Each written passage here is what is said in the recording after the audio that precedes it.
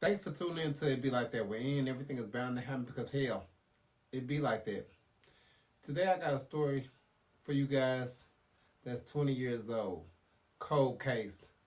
It sounds interesting. Let's check it out. Is finally getting some answers 20 years after their murdered loved one went missing. DNA tests confirm her identity and possible link to a serial killer. Let's get live. The Fox News' Dave Kinchin, he joins us with that story tonight. Dave. Yeah, we spoke with members of the victim's family tonight. They did not want to talk on camera. They said that this really, as you can imagine, brings up so much pain nearly 20 years later, but they certainly are feeling some sense of closure tonight. Meantime, police are crediting the latest technology in helping solve this case.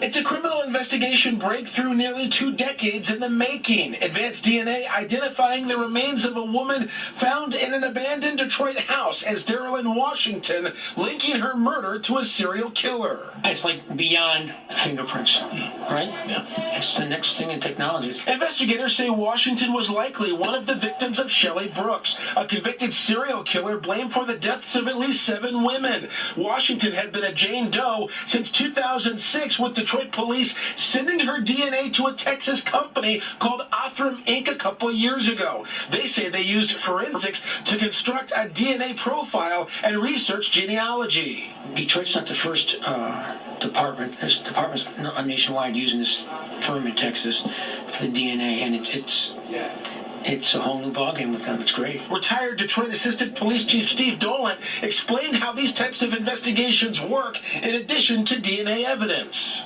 You're also looking at dental records, all right? Missing person reports. People heard shots, didn't find anything. So there's so much that goes in, just not the homicide detectives alone. Now you go to pathology, and then are there any broken bones? Is it a child? Is it an adult? Is it a man or a woman? There's so much that goes into this. Back in 2006, prosecutors charged Brooks with murdering 7 women. They say he paid for sex. Police found some of the bodies early on, and Brooks was tried on 2 of the deaths, convicted, and given a life sentence behind bars. The bodies were all found in remote areas of the city, including an abandoned apartment building, an empty garage, and an alley, among other locations, according to the Michigan Court of Appeals. One of them, when the hit came up, we recognized that case, that name of Shelley Brooks, because we prosecuted Shelley Brooks for being a serial rapist and murderer of 7 women after the rape kit from the rape victim was sitting on the shelf. Authorities did not pursue the other cases once Brooks got the life sentence. According to the Wayne County Prosecutor's Office, Dolan says Washington's family can now turn the page. And Brooks is already in jail. Nothing's going to happen to him. But the family gets closure through the DNA saying, okay, we found her. We know it's her. We always knew she was gone, but now we know. And Othram Inc., the DNA company involved in all of this, they say they work with many major law enforcement agencies across the country. We're live tonight at DPD headquarters. Dave Kinchin, Fox 2 News. Now, like fingerprints, you heard Dolan say that a moment ago in your piece. You wonder how many other cases can be solved in the pipeline because of this type of technology. So many families out there who are waiting for closure are watching this one really closely. Yeah, and you can really imagine companies like this that do this kind of work, these forensic experts, really there'd be a backlog. And in many cases, some of these folks are ex-law enforcement people themselves, so they certainly understand what it means to give families that big word we talk about, closure. And for them, they do this work. It's a passion, and I think they feel like they're really doing answering a calling, too.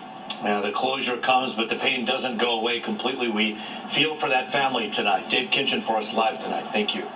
And y'all can see that was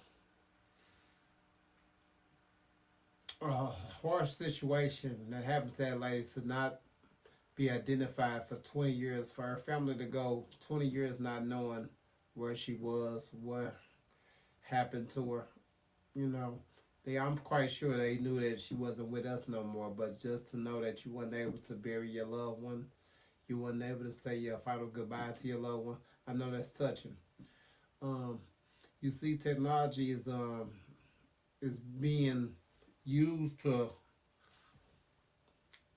identify 20-year-old bodies. You know what I'm saying? So technology is well above its time right now.